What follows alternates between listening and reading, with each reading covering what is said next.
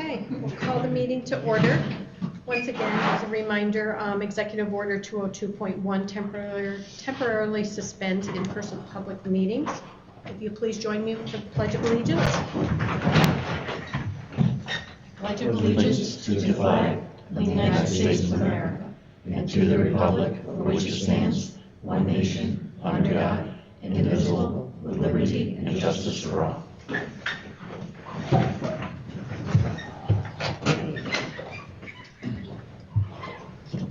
We have the approval of the September 28th minutes. Do we have a motion to accept them as presented? I'll make it. I'd second it. All in favor? Aye. Opposed? Carried. And the approval of the minutes from October 6th. Do we have a motion to accept them as submitted? I'll make it. Second? Second. All in favor? Aye. Opposed? Carried. We have the approval of the CSE CPSE recommendations. If there are no questions or concerns on that, do we have a motion to accept that? I would move that. Second? Second. All in favor? Aye. Opposed? Carried. All right, we are up to public comment. The public comment may be made by emailing the BOE at waltoncsd.org or by calling the district clerk at 607-865-4116 extension 6130. And we have new faculty here this evening with us. This is Jessica Wurzel. She's down at Townsend School in 3rd grade. Jessica, this is the Board of Education at Walton School. Jessica is from Starlight, Pennsylvania, so I believe you're commuting, right? Yeah, I sure am. Yeah.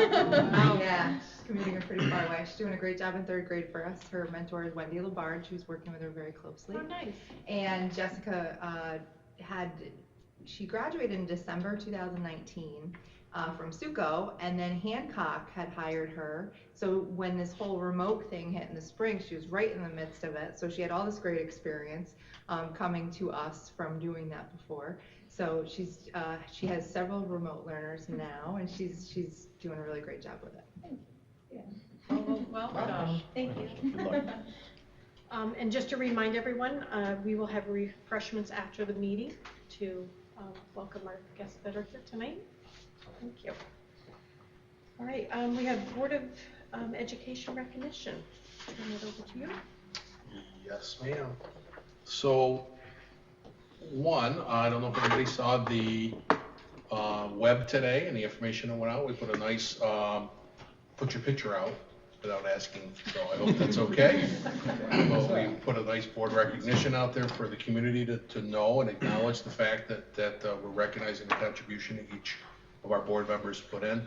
And it is amazing. I don't think anybody understands the time and the commitment that a Board of Education puts in.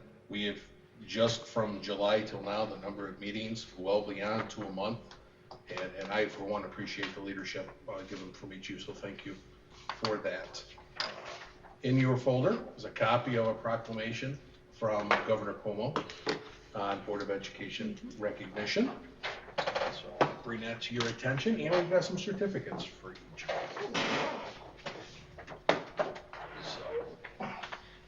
And I'm just going to pass these along to keep our social distancing. So we've got one from Marilyn Lewis, who's not here this evening, 4 years of service.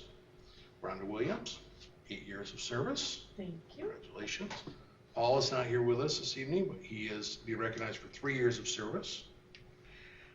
Kevin Charles, 4 years of service. Thank you. Arnold Drum, 2 years of service. Thank you. No, sir.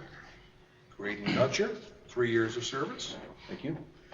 And Miranda, 1 year of service. We can pass that across for us. So thank you to each of you, and congratulations.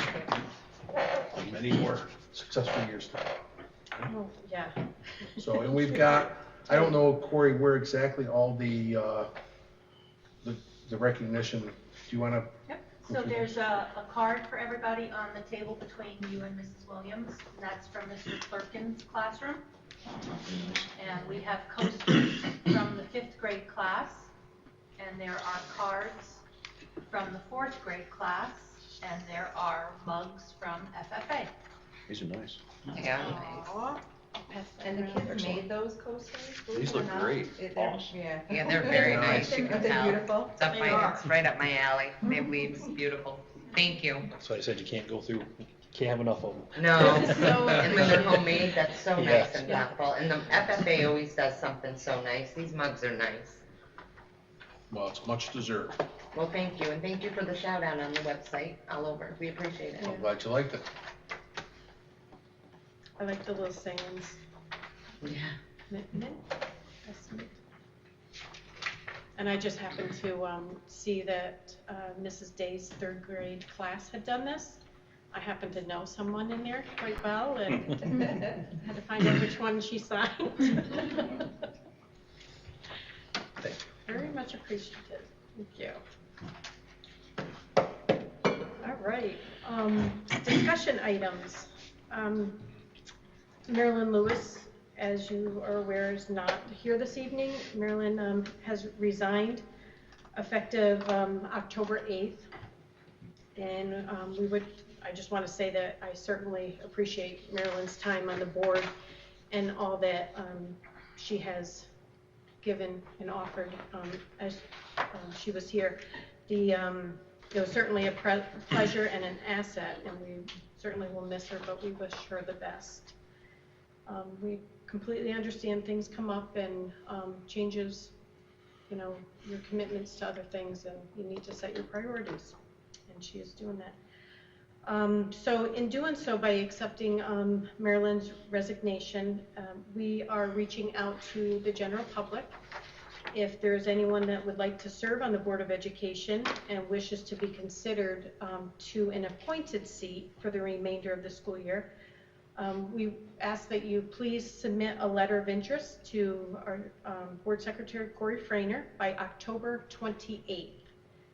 It is suggested that you email or hand deliver your letter to avoid potentially having it be missed if you were to mail it instead. And then this way it can be considered at our next meeting, which is November 3rd, correct? So once again, anybody that is interested in an appointed seat, please send a confidential letter of your interest to Corey Frainer by October 28th. And our goal is to have someone that may be able to attend our retreat, which will be early November as well. So that being said, we had a finance committee meeting this evening before our board meeting here, and we went over the 21-22 budget calendar. That'll be later on in the agenda to adopt tonight. Everything is pretty much the same as last year on that calendar. Once again, we'll just have to wait to see what the state puts out and when they put it out, or how quickly they put it out. We also had an opportunity, Meg provided us with a review of the cash and then the revenue and expense projections, as well as the impact of the 20% reduction in aid and what that will do, and how the district is being proactive and has set up a tier plan to address that 20% reduction, whether continued reduction in payments throughout the year or whether we may get hit with it at the end, and say, okay, we didn't withdraw it all, this first payment, but the way the language is, we don't know what's going to happen. So thank you for being proactive and setting up that plan ahead of time. The main goal is to protect the students' education and their programs, and hopefully this will do that. We also have, let's see, the capital project forum that was held this past Thursday, October 22nd, was it? No. No. The 15th. 15th, thank you. That hasn't come yet. So October 15th, we already had one. it wasn't well attended, but hopefully people are watching that because we did release that video, correct, on our Correct, website, yep. so.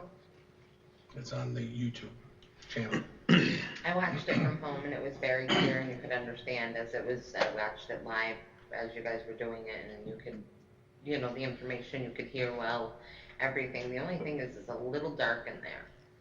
So just think The that lighting. as the lighting for the further one, but putting the video and everything up on the screen obviously really did help, but Mr. McDonald, with you had black on, you kind of blended in with the, I'm not sure of the lighting in It there. might have been a plan. Well, we'd like to see your face, but, no, I'm just letting you know that you could hear and get and the information was read, just that the lighting for your future. Right.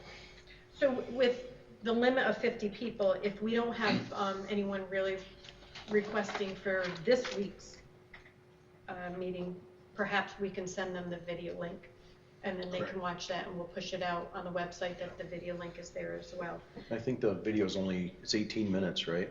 And it starts with the film and it ends with the film, so it's not quite, you know, so you're probably 15 minutes if you want to watch the whole presentation, so it's And not it's like it's good. it's not like it's a long period of time to Right. get an update on the capital project. But it covers you can understand, people out there can understand what we're looking for. I thought the video was well presented in that way, so. Yeah, staff were extremely efficient with their time as far as describing each of their components, so.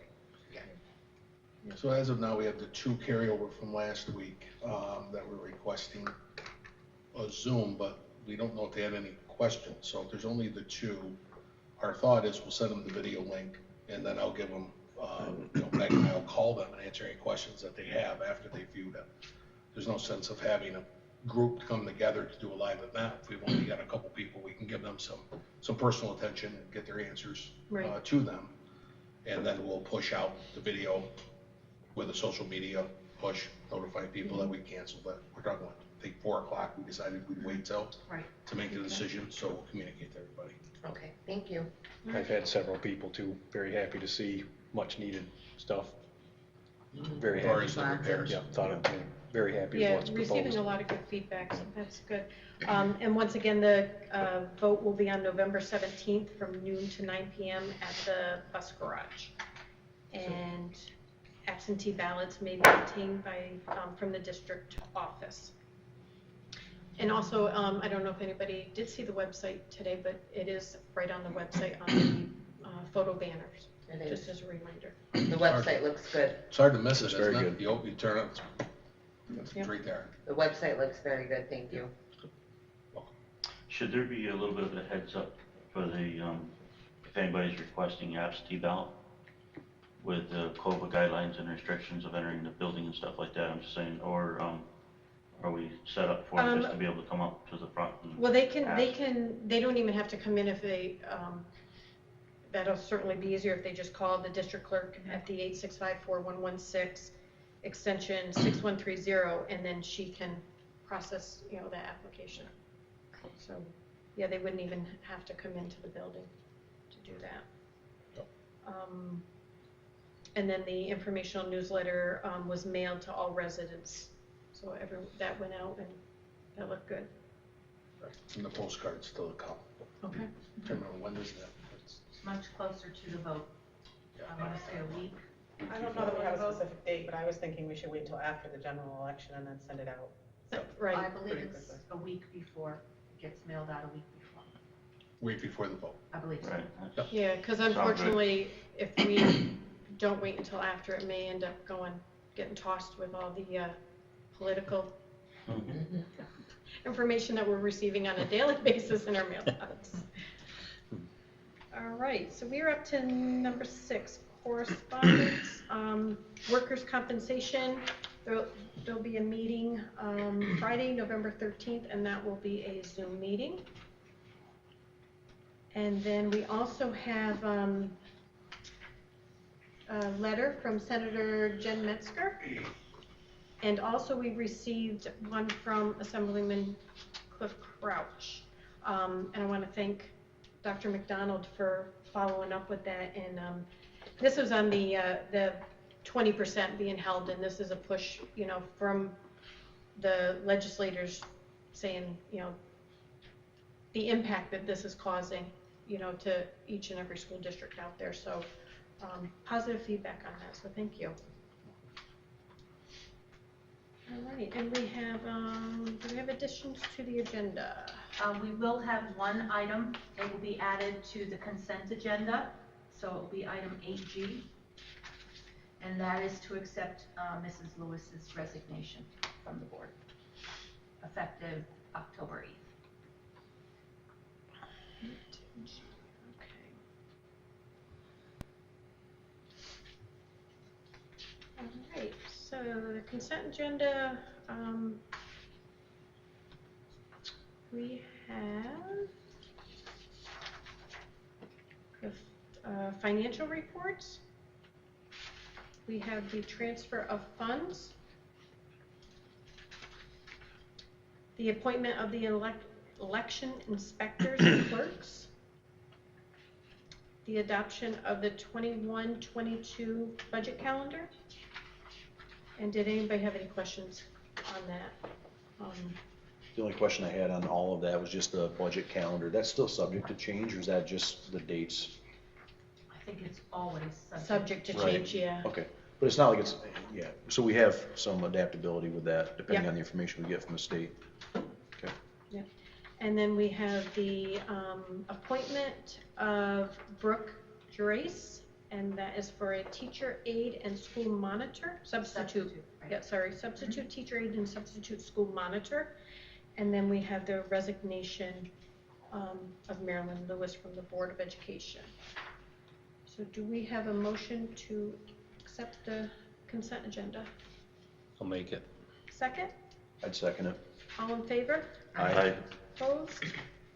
Carried. Regretfully second it on Maryland's part, so, well, she'll be missed tremendously. Yeah. I tell her we don't accept that. All right, next we have new business, accept donations. We have received 700 disposable face masks from the Southern Tier Chapter, Nam Knights MC2, the Walton Central School District, and $50 from Alice Blackman in memory of James Tweedy to a graduating student who will attend an agricultural school. Do we have a motion to accept those donations? Move it. Second? I'll second. All in favor? Aye.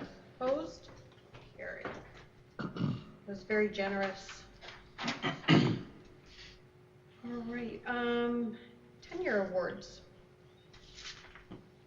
I will turn this over to Mr. Hoover. Good evening. It's my pleasure to introduce to the board, or reintroduce, since you know these two fantastic educators who are on the agenda for granting of tenure. Our first is Mrs. Cherniak, who is, under normal circumstances, a fantastic math AIS teacher in our middle school. And this summer, when we asked her to, I guess, kind of take one for the team and go down and teach second grade, she was willing to do that. My inside sources tell me that she's doing a fantastic job down there. So we, as a district, I think, owe a lot to Mrs. Cherniak for being as flexible as she was. She not only preached it, but lived it, because she was one of the ones through the whole spring said we have to be flexible, and she got a chance to demonstrate how flexible. Our other educator up for tenure is Mrs. Loomis. She teaches health in the middle and high school and PE in the high school. In addition to being an excellent educator in the classroom, she coaches for the district and also really is one of the guiding forces between our health advisory committee or council? Council. It used to be committee. Used to be committee. And done a lot of really cool things, especially this last year and really in the spring when we were stuck remote. Really drove some things that really helped our students. So it's my pleasure to recommend both of these fantastic educators for tenure. Was that brief enough, Mrs. Springer? She said briefly, and she has capital letters on here because I guess I talk a lot. So do we have a motion to accept Megan Loomis and Jeannie Cherniak? Absolutely. Second? Second. All in favor? Aye. Opposed? Carried. Congratulations. Congratulations. Before we move on, we do have a couple certificates for each of them. So congratulations.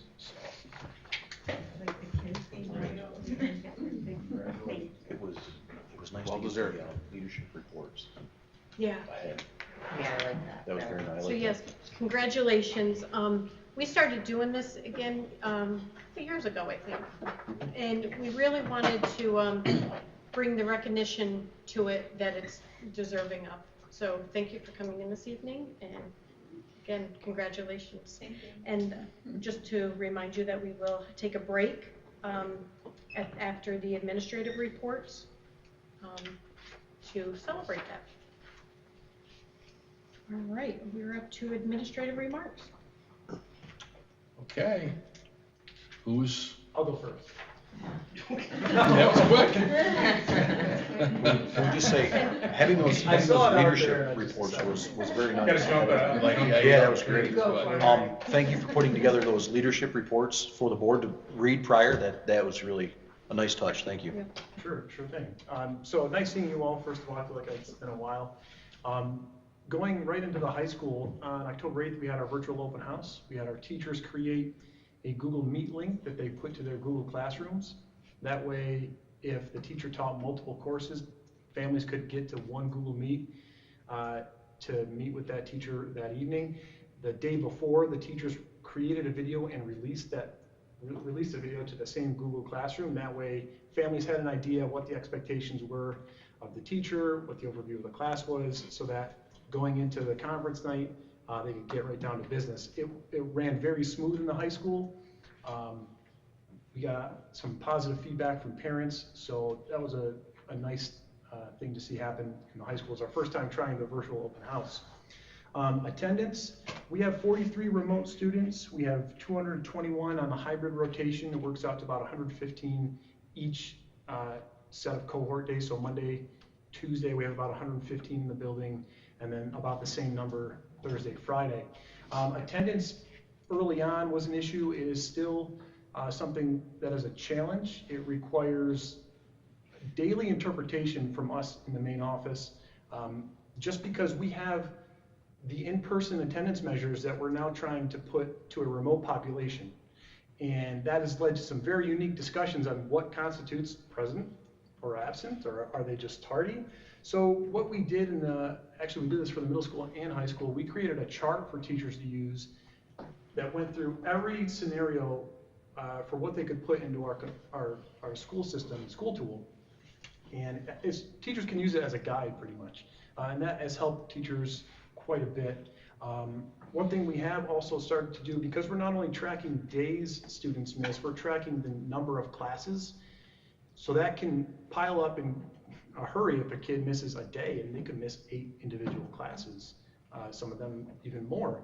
So what we started to do is have bi-weekly attendance meetings. Basically, we're looking at the last 2 weeks, number of classes students missed in those 2 weeks, and based on their number of classes missed, they go into our intervention process, which the first step is the counselors speak with them, the second step, the dean of students speaks with them, and the third step is up to my level where we have a principal's hearing with the family, and we talk about what went on the last 2 weeks and what can we do to kind of mitigate some of those absences. So like I said, that's something that it requires daily interpretation because there are so many unique situations we're seeing. Instruction in the high school, I've got to give a lot of credit to the teachers for being very creative. My message to them early was that they know their content area the best, and we know the parameters they have to work within, and I left a lot of that up to them. The most popular method for delivering instruction is sharing their screen with the remote learners so that the people who are in the building see the same screen, hear the same audio at the same time the remote learners are. That is by far the most popular way of delivering instruction. Doesn't mean that's the only way. We have some teachers taking a really creative approach where they'll take the remote population and the in-person population and think of them as almost station groups and work through their class where they give the remote population an activity to do. The in-person group can get face-to-face instruction, and then after a certain amount of time, they can switch. So they cover the same content, they both get the face-to-face interaction. So again, I gotta give hats off to the teachers in the high school for being very creative on approaching this hybrid model for the high school. Mr. Lumen, I just have one question. Sure. Since we have a couple of teachers in the classroom, or in the classroom, in the boardroom. What do you find as challenging? You know, like I don't have children in school right now, so I don't understand what our children are seeing. Those that are remote, you know, what are they seeing on that screen? You just touched on some of that, but what are some of the challenges that you are finding? Is there disruption? You know, is it like, can you hear what they're doing at home? Background noise, things like that? Or are they muted and then while you're sitting there in front of that camera instructing? What are some of those ideas that you face with? So typically, at least in my classes, the students all mute themselves. Okay. And then I say unmuted while I'm talking. But if they want to, you know, if they want to answer a question or if they have a question themselves or need further direction, they'll turn their mic on and talk. And some students have their videos on, some students don't have their video on ever. Some students will only talk in the chat box. And so you've got that going on as well. yeah, The chat and box that you're sometimes looking students for. will email you because they're too nervous to talk in the chat box too. So that's another route that you have to look at sometimes. And I think the hardest part really is just the technology. Like some of the students have really bad lag time because there's multiple people at home. Okay. But then some days like I'll get kicked off or they get kicked off or they can't sign on for some reason. And that's the hardest part is the technology. It's the hardest part because we can't control it. Right. Wow. Just kind of gives us a little bit of insight of, you know, what you're seeing, you know, on a daily basis of those that don't have kids in school and for us to understand better, you know, what's going on. So. I've got to watch it firsthand. I don't know how you guys are dealing with three different modes of communication Right. from how many students and trying to manage that as you're teaching as well. I've watched it at home with my two, and my hat's off to you guys for doing your best because it is not conventional learning by any means. And you guys are all going above and beyond. We know that and we recognize that. So you're all very appreciated for going above and beyond. So for each school, they don't know this. I'm looking at them, they're going, okay, what's Mike gonna do? For the 28th through the 2nd, I actually pulled the daily attendance averages for each building. So in each day, because it's different with the population in. So for the high school, and I'll do this at the end of each building, for the high school on Monday, 96.21%, 93.18, Wednesday, 86.52, Thursday, 98.11, 98.11, and on Friday, 96.97. I found those very surprising. Yeah, that's better than the workforce, So especially on Friday. that's the first you've heard that, Art, and I apologize, but. You think Wednesday and Friday ought to be flipped, right? Right. So I'll give that at the end of each. There's just some things you gotta wait. Those are pretty impressive numbers. I Thank you. was very encouraged when I saw those numbers, absolutely. I've just got one other thing to add. In place of paper newsletters for the high school, I started a bi-weekly video series that I'm releasing videos on my Instagram as a unique way to kind of get in touch with the community and parents. And one thing that I didn't know is I can actually take that Instagram link and send it out. Even if somebody doesn't have Instagram, they can actually view that video and get information. So I think, Graydon, you actually replied to the first one I sent out. I've got another one coming out this Friday, so you'll start to see some more of those come out this fall. At first I was shocked. I was like, what's going on here? I literally was like, what's going on here? Are we in trouble for something? You know, and then. We initially went into our remote learning, and I got some momentum with it there, and I figured I might as well carry it back in. Yeah. I am trying it for the first semester only. I'm going to adjust as needed, but you will start to see those It come was more. a nice surprise.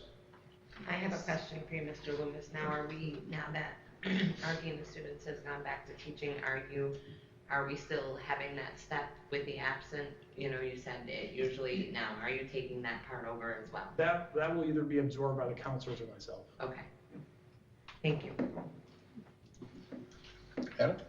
You said it all. No, just kidding. The attendance, Mr. Loomis did a good job touching it. That was one of the things that going into this, I guess I hadn't considered how much of a difficulty that could really be. You know, we want to hold our students accountable when they're at home, but can we hold them the same level of accountability as somebody who's actually here? And we have to kind of find that happy medium that we make sure that they have access to the curriculum and the education that they should have access to, but take into consideration things like, you know, middle schoolers, some of them are home alone, some of them don't have great internet connectivity, you know, they have 2 or 3 family members in the house on the internet at the same time, so all those things that some of them are in our control, but a lot of them aren't. We were able to, I guess it's been a week ago today, bring back all of our 6th grade students who wanted to come back, which I think is a huge benefit for them. It's a year of transition already, going from the elementary school to the middle school, and now for them to be here those 4 days a week. There's still just under 20%, so around 13 or 14 of them who have chosen to be fully remote still. So we're using our Wednesdays to work with those students, but also work with some of our students more one-on-one who are here the other 4 days. So that's a step in the right direction. You know, we can, it's going to be a little tougher with the 2 other grade levels just because of the numbers. We have on our Monday, Thursday cohort of students, we have 108 students here those days. That's including all the 49 6th graders, and then on Tuesday, Friday, we have 110. So it's roughly about half of what our normal capacity is. We're fluctuating now. We've had 6 or 7 students who were fully remote decide to come back. So at this point, we're right at about 41 or 42 fully remote students. You know, it's a challenge for those students, it's a challenge for our teachers, you know, reaching those students. We are kind of learning the technology, like Mrs. Loomis mentioned, you know, the ins and outs of it as we go. You know, we had some things that, you know, even in the summer when we kind of tested them, seemed like they were going to work perfectly, and then we got into the flow of things and kind of said, oh wow, this is not working the way we thought it would. You know, one of the things, and I guess I should have realized this, is I could do it because I have the teacher Google account as opposed to a student doesn't have the same permissions, and it worked perfect over the summer when I tried it, and then when we first or second day of school decided to have some of the students try it, didn't work, and I was, you know, had Mr. Robinson on the phone saying what's going on, and he was like, well, like, here's what's going on here. So there has been bumps in the road. The thing that I'm actually the most proud of, and you know, I'll probably regret saying this at some point, but the way my brain works, I really like the kind of problem-solving aspect of my job.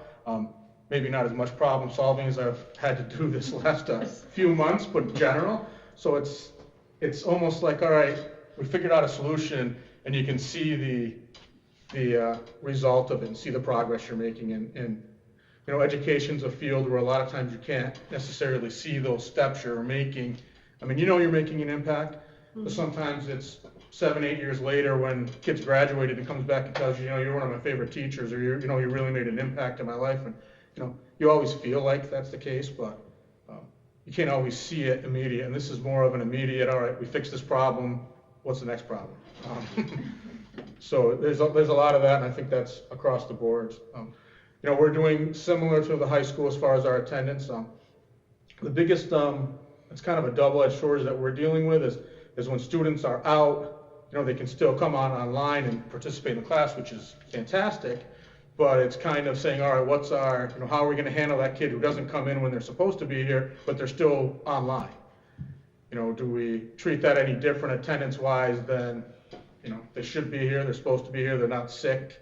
You know, we make the phone call home and let the parent know, because the last thing we want is the parent not to know that their kid's home when, you know, they may have gone to work and the kid just didn't get on the bus, and, you know, it's not going to show up as an absence, but, you know, we thought they were going to be here because they're a Tuesday, Thursday kid, and they're now virtually, remotely in those classes. So So Right, that's because that's a concern, you know, and a liability on the district. and that's why we reach out and make Careful. sure we say, hey, you know, just so you know, Yep. your child they're attending their classes, but they're doing it remotely when they should be here. And that's, that's essentially why we're taking that step, because we want parents to know, like, they shouldn't find out 2 weeks later that their kid hasn't been in school in, 2 weeks. They've been doing all their work, but they've been doing it from their house. Right.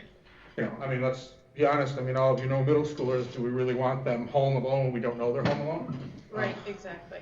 I think you guys are doing a good job of taking every step for our district that you possibly can to make sure and ensure that, you're reaching out and you're doing everything, and it does, at some point have to be accountability on the parents. It does. I think as a whole district, everybody, teachers included, being pushed into everything, and you guys are doing everything you can and almost holding hands at times, and it needs to be accountable.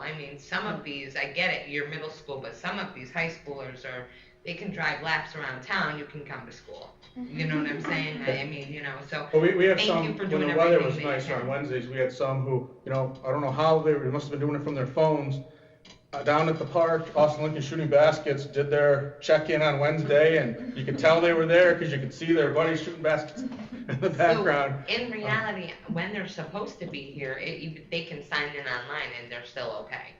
Well, as far as the education piece, but as far as, that's where we have to figure out, we're still kind of Playing around with to see, all right, what is, our expectations, are you here, but at the same time, a kid missing the bus is different than a kid who decides, hey, I'm staying home because, it's easier to be home and do this than it is to get up and go into school type of deal. Right, and our absent call-in is still in effect. Yeah, If your yes. child is not gonna be present on the day Yeah. that they're supposed to be Exactly. in school. We should know, and that's why we call the parents, so they realize that, because, in probably 80% of those cases, the parents don't know their kids home and not in school. I was gonna wonder if we're having a percentage where you're getting. And a lot of times, we've been, it's tough to do an every period kind of call, but Mrs. Sullivan in our office has done a fantastic job of, the kids missed a period or two in a row, she calls home, even if they were here second period and missed third and fourth, and it's amazing how quickly those kids magically are back online once,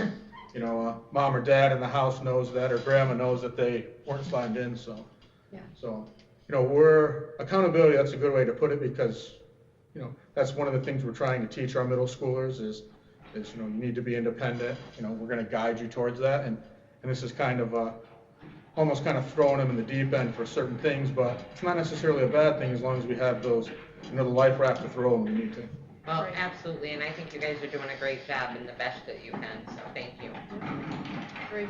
So the attendance for the week, same week for middle school, Mhm. 98.6, 98.6, 88.37, 97.2, 98.1. Also a good temperature check for them coming That's what I was thinking. 98.6. I guess I'm gonna have to start watching the weather and see what, So, if it's well, gonna I- be 70 out, well. I'm assuming that the It day drops that they there. were both, that the attendance had dropped, that was probably It's a the Wednesday. 70-degree temperature. Right, beautiful Wednesday. Their Yeah, but- their mindset on Wednesdays is a little different than they are when they're engaged Monday, Tuesday, Thursday, Yeah. Friday. Absolutely. But it's true, if the parents assume that their child is at home, and engaging online, and they're not, and they're out someplace else, that is their parent responsibility, but still, we need to let them know, Exactly. just as we do any other day, if we weren't in this COVID situation. And that's kind of my mentality. I look at it as a parent. I don't have a middle schooler at this stage in my life, but if I had a middle schooler and, I found out 3 weeks later that they hadn't been doing what they're supposed to, but they kind of were, I'd be kind of, probably rightfully upset with the school that they didn't let me, give me a heads up. So. Well, And hopefully nothing serious, would happen, Yeah. during that time, yeah, good. Amanda? All right, I'll try not to repeat because you've heard a lot of these pieces already, but open house, we had, I would say half or a little bit less turnout, which is to be expected with the virtual piece. We had to switch from Google Meet back to Zoom just for ease for parents because there was some concern that not everybody would be able to get on through Google Meet. One teacher had a glitch with technology where the meeting didn't go off, but we circled back and got the parents all the information from that situation. But overall, the teachers put tons of time and effort into it, and they came out really nice, and they did a really great job overall. We spread it out over 2 nights so we could stagger so that parents could attend if there was more than one grade level per child that they had. Halloween, we've been round and round and round and round again on this. In the end, we were not confident that we could meet Department of Health guidelines by doing an event with parents coming to the building. So what we're looking at this point is having kids still dress up and doing a video with activities throughout the day. PJ is going to come over and do that for us, and then we're also going to throw on a Google Meet so our remote kids and then our kids in the classrooms can watch as it's all happening as they're coming through. So I'll have a Google Meet set up in the hallway, and we'll have PJ doing the video recording, and then that evening we'll put it up on YouTube for parents to be able to see it. So will they be able to parade outside the area, like on the playground or something? We were going to, but the video, especially with being able to see have the kids in the building see it, was going to be very scratchy and not come out good. So in order to do that, we were going to have some issues. And given the fact that we confirmed with DOH, Rick had confirmed on our behalf, I assumed that the 150 from graduation would still be in place for a school event outside. It's not. It's 50. So we have grade levels that are already past that. So rather than go outside where we also would have the potential of spectators to be violating DOH, keeping in a controlled environment, do the video, and be able to make sure that we don't get flagged that way either. And that was my misunderstanding that Rick double checked with DOH, and they said, nope, it's 50, and that's it. So good to know that, and we're moving forward. So go ahead. I just thought we I'd need to be able to do one grade level at a time because it'd be too many people. Right. Yeah, so that's Halloween. Remote only learners. We started with about 39. We're at 37. That's not been the same kids. It's been in and out. So we're finding that a lot of families, if there's any symptoms or a cold, and anybody in the family is awaiting a COVID test, or that child's awaiting a COVID test, 14 days, a lot of those kids are going to remote for 14 days and then coming back in. Okay. So that's where our fluctuations have been. A lot of the kids that started in September, by the second week, a lot of them were already back in. So we had, again, the numbers are staying about the same, but it's different kids in and out. We have definitely had a pocket of kids that have stayed out the whole time as well. We are utilizing middle and high school aides on Wednesdays, as they don't have students here, to come to Townsend and help support either kids that have been absent to catch up with work, or relief for teachers, covering teachers, so that they can work one-on-one with our remote students. Our biggest struggle has been assessing our remote students, especially our little ones, because the parents don't always necessarily know when and when not to help. They want to help and they want to be there. So when we've moved to this one-to-one thing, we're getting much more accurate data so that the teacher can support the parent on where we need their help and where we need to just hear from the student, for example. So that's been working out really well. We had picture day last week, and we had a time for the remote families to be able to come in. So we're making sure we're still allowing our offerings for those for specific pieces on that. And I think that's the gist of remote. Our new curriculum, our CKLA Core Knowledge Language Arts, is on. We've started it. We're going. We're in the mix of it. Our teachers spent a ton of time over the summer training. They did a really good job meeting together, collaborating, looking at pacing, looking at what stuff. No curriculum, you cannot do an entire curriculum the whole year with any curriculum. So there's always pieces you have to pull, because you have to be able to dive deeper on some pieces. So working out what was the most important. We're still, again, that'll take a good year for us to get our feet wet with those pieces, but I think we're well underway. We have all but, I believe it was 3 I put in here, all but 3 of our teachers have been trained in the LETTERS program, which we talked to you guys about a ton last year, the teaching essentials for phonics. Right. So all but 3 have been trained in the whole building. So between that, the CKLA training, the explicit instruction that I'm seeing in the building for reading and decoding is just really awesome and fun to watch. The rigor is a little bit higher than it was with the previous curriculum that we had, which makes sense, and it aligns to the Common Core that way. So we're given the gaps from the spring that we have and the new curriculum, we're working really hard to try to make sure that we're meeting kids where they're at, but again, giving them access to grade level curriculum. A big challenge that I'm sure you agree with, but that's what everybody's certified in doing, so they're meeting that challenge for sure.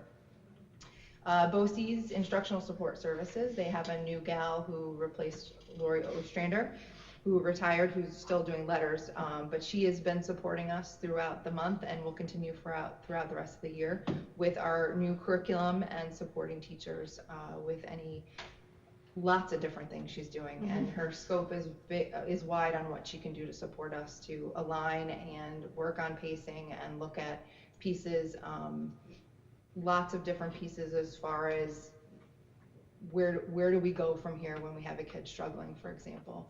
Because the nice part about this curriculum is we're meeting them where they're at, so we're not losing them and the gap's not getting bigger, but allowing access to grade level standards too. So that's, and we're doing that from K to 5. So before, where we were really focused on phonics K to 1, and don't get me wrong, we had interventions in place, Right. but the goal was to train every single teacher in the building how to do that in every classroom, even at the upper grade levels. So right now we're looking at in our data teams. Next week we're all meeting. We have all the FastBridge data complete and the iReady data complete. So we're sitting down in teams and looking at that and saying, okay, who's gonna do what, who's gonna go where. And the nice part with this program is we can get a little bit more strategic on how we're grouping kids to do that. And constantly looking at the levels and then progress monitoring. Okay, where's the deficit? Here's the intervention, 6 weeks of intervention, assess again, where are we at? So we're constantly looking at that for those struggling readers. So in the math curriculum, one of the reasons why we are pushing for this is because of the software programs that are no longer going to be available. Yeah, Like so Go Math. yeah, we were told, I believe it was April of last school year, that they were ending, and I had been working with them all year, and I said, well, you can tell me this before, that they were ending and they were going to completely, for the ELA, completely get rid of the online components, which our teachers used all of that for their instruction. So we no longer had access to it. So even though we were talking about potentially switching to ELA, we were forced to at that moment. So the same company that has Go Math, our current math series, is doing the same thing at the end of this year with the math series. And they're discontinuing it completely because it's no longer aligned to what the state standards are as they move to next gen this year. So lots of work ahead, and our teachers have been so resilient, so amazing. I know they're stressed, I know it's a lot, but they've been nothing but professional and just seeking ways to make this work and go forward. So tons of kudos to them for all the things that the giant mountains they are climbing right now. Yeah, and any parents that are at home watching this and listening to this, they will see, what the teachers are dealing with on their own, and then, applying what they're learning, to the students. And it's crazy. It's crazy. Just, this whole COVID thing has really changed, how people are learning, how things are being taught, how children are not socializing like they used to. You see on television, you stay in your square here and you stay in your square here, and these are little kids supposed to be, out playing on the playground and things like that. So it's really different. So. Just a couple highlights before I go into attendance. Amanda had mentioned the ISS, the Instructional Support Services Program at BOCES. One of the changes that occurred last spring prior to my exit throughout the year last year is we pay for a service. Within the service, there's been an allocation of days, in-service, in-district days now from professionals. How many days do we have potentially this quarter, do you remember? This quarter is about 8. So each quarter, it's the same for each quarter. So we have 8 in-district days that we can schedule with a curriculum specialist coming into the district. As a team, the allocation has been earmarked to the elementary school this fall, at least in the fall, if not the whole year, because of exactly what was just explained. To give the teachers even more support, even if it's just an opportunity for a conversation. from those. So that's being scheduled depending on what the interest is of our teachers. It's not being forced. It's up to them. If they expressed interest, Amanda's scheduling them. If they don't, we let that day go and we move forward and go from there. So I just want to mention it because that's a change this year of the amount of support and the way that's working for BOCES. I think it's a positive change. Attendance in the same period, 8. Now, we had some illness. We had up to 35 kids on any given day out with some illnesses. And some quarantines right now. Yeah, so we've got a number of things that flowed, but 89.67 on a Monday, 93.48, 92.99, 94.57, 88.04. So still very impressive, We're still up there. given the situation we're in. So. Yep. That's good. Well, thank you.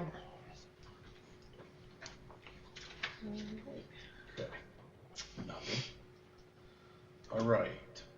So just a couple quick things. I mentioned and we talked a little bit about the COVID-19 guidelines, the update that just occurred with the DOH guidelines, the COVID toolkit that came down. It has an element to it that's called the 48-hour rule. We've communicated that out to our public, and then subsequently DOH called with some flexibility and adjustments to that because of some phone calls they got from our parents and our public not happy with the direct line that they were holding with it. So it went from, if you look at the toolkit, it's very clear. After 48 hours, if you're not there and there's not a doctor's note, you're considered COVID positive and you're out. You have to have a test, medical, that's it. It's reported that way. They've now given flexibility that as long as you're seeking care, it is not deemed COVID positive. So now as a school district and our school nurses, they have the ability to work with the parents and work with the adults. So I'm being, and I'm looking at the administrative team because they're like, is he going to hold back? Is he not going to? Yes, I'm going to hold back. I was a little bit frustrated because we reached out, Rick reached out, we vetted it, we made sure of the details, asked them if they're going to do anything differently. We put out the communication, and then when they got pushed back, by the end of the day, we had different flexibilities put into place. But we have flexibility. It's on the website. We can work with our parents. But the bottom line is, if there is somebody who is ill, they're out for an illness, staff or student, and they choose not to seek medical attention, they're going to be turned over to DOH and they're going to have to deal with DOH. That's what they're after. That's what they're trying to target. And we understand that. If somebody is potentially COVID positive and is not seeking treatment and is refusing to do anything with that, then they should be addressed so that they don't spread if they were COVID positive. So that's the population they're trying to earmark. There has been, I'm addressing it because there has been a lot of communication from our community on this online with frustrations, not by us as a district, but at DOH. But we do have flexibility. We'll continue to work with our families if they're pre-existing conditions, and our staff, pre-existing conditions, they won't fall into that category. If they're seeking care, they won't fall into that category. But if they just choose to say, I'm not getting a test, and then staying home 5 days, 10 days, whatever it counts, and that's it. Doesn't work that way. We have to turn them into DOH. DOH will respond, and it'll be considered a COVID positive case. Is that clear? I hope. I don't like the concept of driving false positive numbers without data. You know what I mean? I have a hard time stomaching that because it automatically triggers a false positive, and then are you going to contact trace based on that false positive? Yes, they will. So think of the labor wasted just in a false positive by default. Makes no sense to me, and I just don't like the concept, quite frankly. I understand they're trying to be ultra safe and ultra cautious. Declaring it a false positive with no data behind it makes everybody question the data to begin with. Correct. So I don't think that supports science-based approach. In my opinion, I've seen a couple of comments here and there, and I wholeheartedly agree with them.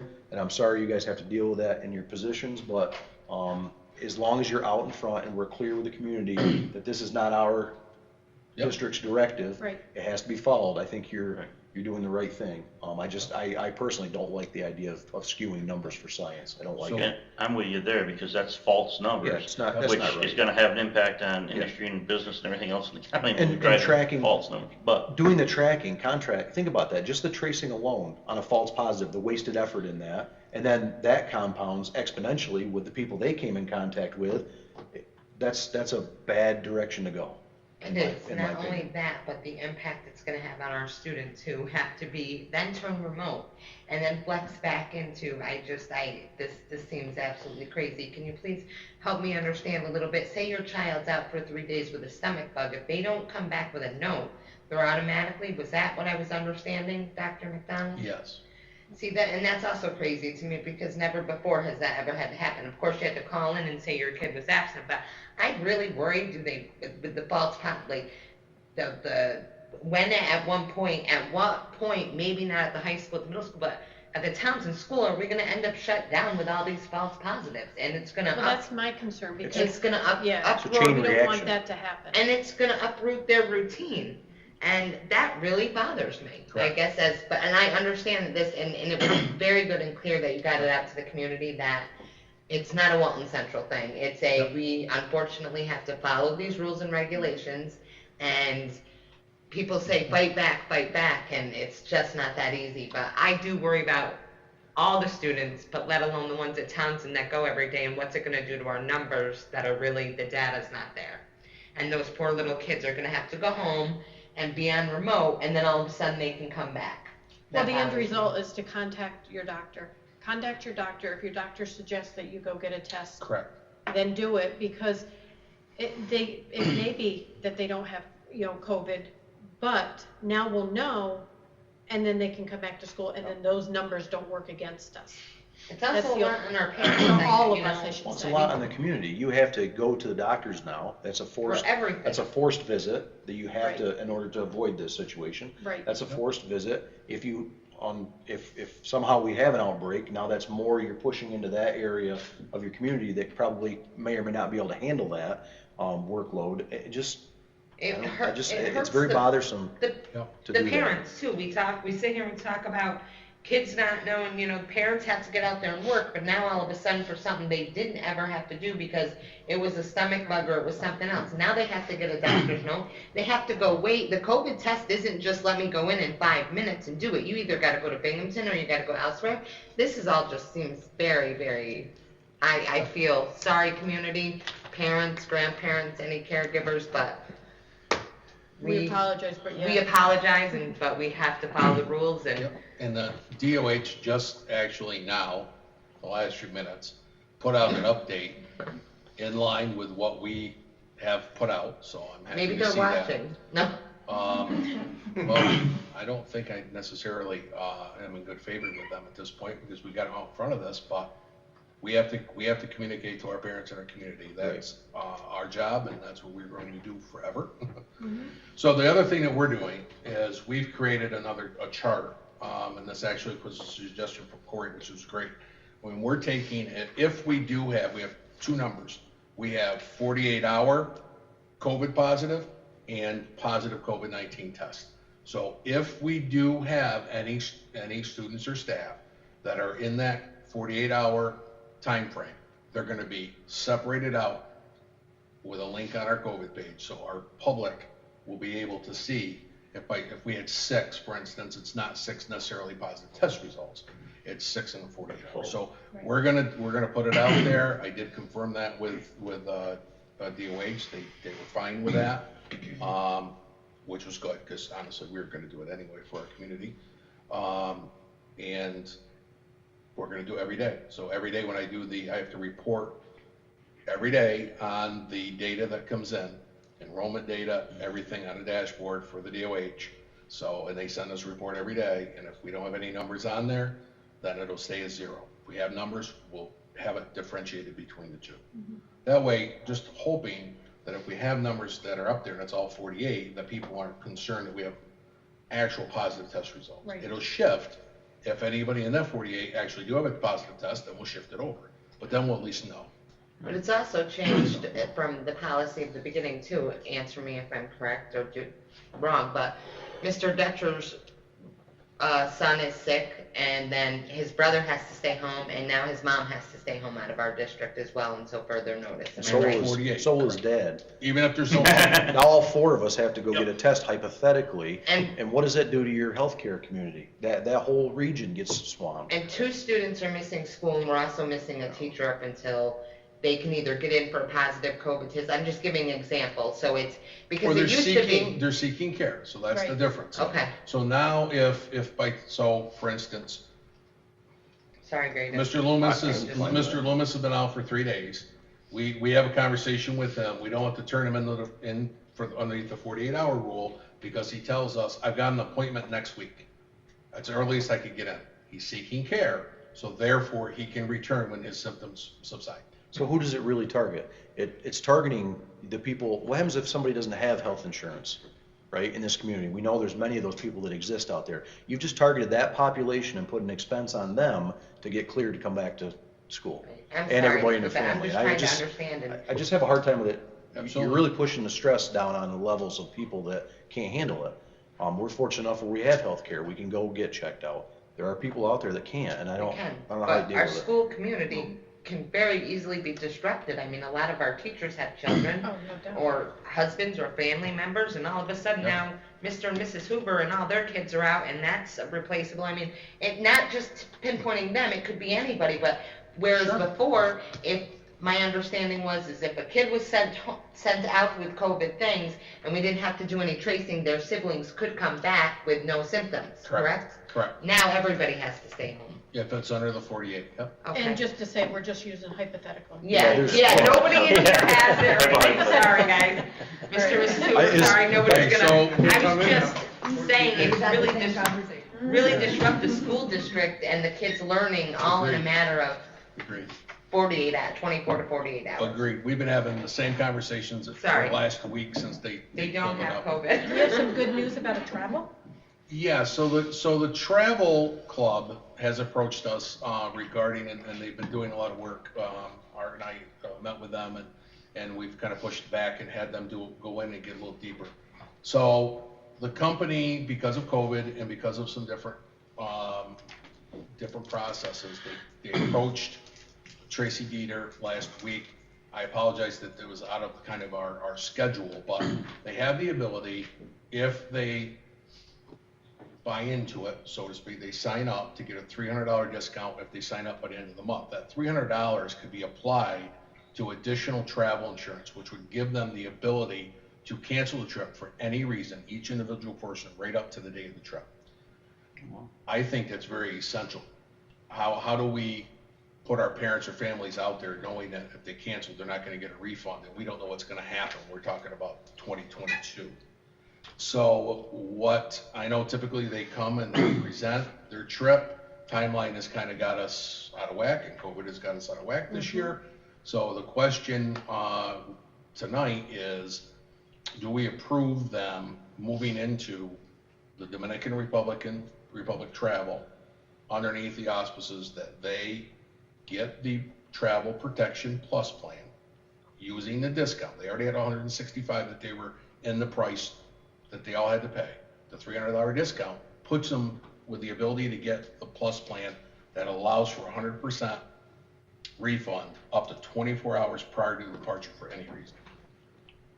So to me, it seems like a very safe situation if, as we get closer, we feel as an organization that this is just not something that we want to do. We can just say, nope, we're not sending you, as you know, as a school district, we're not going to sponsor this, get the refunds and move on. So we have the ability to do that at any given time up to the trip. Are we comfortable as a board giving them the green light to move forward with the trip? Or do you, what are your feelings? For me, I've had 2 kids that have done these trips, and it has been a great experience for them. Absolutely. And if my memory serves me correct, it doesn't always do that, but if it's doing it right, they've never had the option to cancel out of that trip at the very last minute. Correct. So this is kind of a 1 in a million shot. I mean, you got a better deal in front of us tonight than we've had in years past, I think. Yep. So for me, this is an opportunity a lot of these people are only going to get one shot at. potentially, and I think it's a great thing. Like I say, the kids have had a great time, they've experienced other cultures, and, you know, it's been good. It's kind of a hold harmless situation, which is nice. Yeah, I think the Just- protection Yeah, definitely just so we're is clear, that needed. protection's on an individual, say, as, you know, it's on an individual basis, not the whole group. And it doesn't have to be COVID related, it can be for any Anything. reason. Any reason if they have that plus plan, the last plan has cost 460. The only thing I would say is just how do you're gonna track refunds from the individual, say you do donations and fundraisers, things like that. Just make sure you have a plan in place that if someone does back out, that they would be Funnels held its way whole, back. right? They would be held whole as whatever they put into it individually. You know, that just so that there's no issues at the end of this thing. If one person does back out, you know, and they had X amount of money into it, but the group fundraised and covered another portion of that, just kind of make sure that's all well tracked, because this is a unique situation where an individual or several individuals could back out of it. Oh, I would, absolutely. Kevin, I would agree with this wholeheartedly. And in the past, the way I recall it, for the fundraisers and stuff, they did a great job of tracking which kids participated and that money. So I mean, they had to write down to the pennies of what was owed by each student to contribute on their own because they didn't participate in the fundraising stuff. So I think they've already got that plan in place. But Mr. Loomis will certainly double and triple check. We've been talking about here recently about how important it is underneath these conditions to double and triple check everything and every That detail. timeline, that you're certain to get that refund back if it's not COVID. Well, and That's my we've been concern. going back and forth with them and pushback.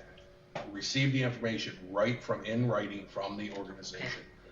So we received that, because I wasn't even gonna bring it tonight. I wasn't comfortable with it until we saw that.